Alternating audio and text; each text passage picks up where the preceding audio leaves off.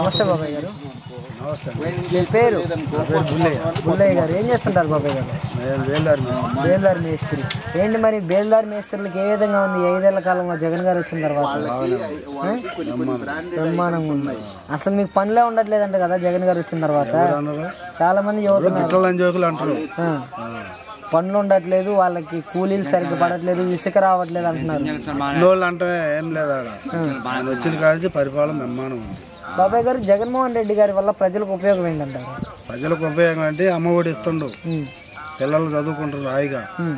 మరి డ్వాక్రా మహిళకి రుణమాఫీ అవుతుంది అంటుండు.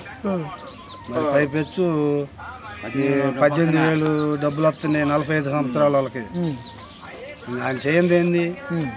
ఈ పథకాలు ఇవ్వడం వల్ల ఉపయోగమే లేదనేసి అంటున్నారు కదా. అంటారు, గిట్టినోళ్ళు అంటారండి, గిట్టినోళ్ళు అంటారు. మరి పథకాలు తీసుకున్న వాళ్ళంతా ఓట్లు వేస్తారంటారా? ఓట్లు వేయాలా, 5 ఏళ్ళ తనం తిన్నప్పుడు ఆయనకి వేయాలా. జగన్మోహన్ రెడ్డి ఇచ్చిన పథకాలు తీసుకొని చంద్రబాబు నాయుడుకి ఓటేస్తే పరిస్థితి ఏంటంటారు? వేయరు. 5 ఏళ్ళ తనం తిన్నోడు అయితే ఎవడు వేయడు. మరి ఇప్పుడు చంద్రబాబు పవన్ కళ్యాణ్ పొత్తు చూసి జగన్ గారు భయపడుతున్నారనేసి అంటున్నారు. అసలు ఆయనకి భయమే లేదు, భయం అంటూ లేదు. మరి షర్మిల సంగతి ఏంటంటారు? షర్మిల ఈ 10 మంది మాటలని మాట పోయింది. మరి ఇక్కడ మీ ఎంపీ అభ్యర్థిగా కొత్తగా అనిల్ కుమార్ యాదవ్ వచ్చాడు కదా, గెలుస్తాడంటారు? ఆయన గెలుస్తారు, తప్పకుండా. ఇక్కడ కాశీమహేష్ రెడ్డి గారు గెలుస్తారా లోకల్లో? కాశీమహేష్ రెడ్డి గారు వెళ్తారు. మరి ఎర్రపతినేని శ్రీనివాసరావు గట్టి పోటీ ఇవ్వబోతున్నాడంటే ఈసారి?